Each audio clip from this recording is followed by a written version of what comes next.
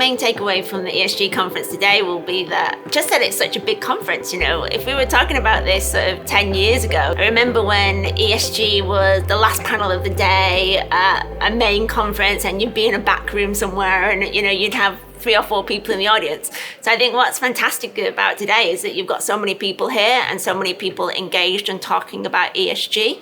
And I think, how far it's come in the last sort of 10 to 15 years is just incredible.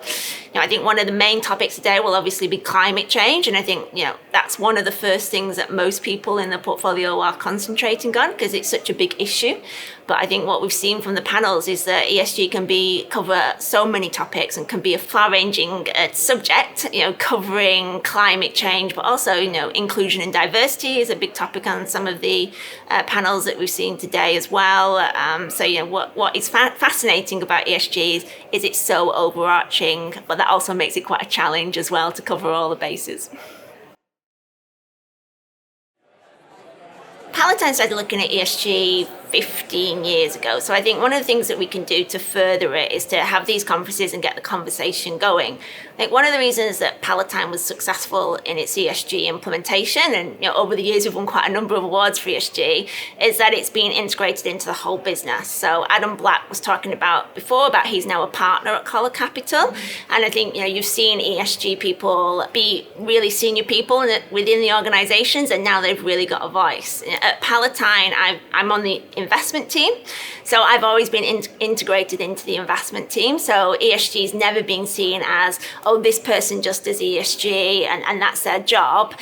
Everybody does ESG at Palatine. So everybody in the investment team does ESG, but also, across the whole organization. So Palatine's just become a B Corp a couple of months ago. So, everything from how we book meetings, how we order food, we take that into consideration.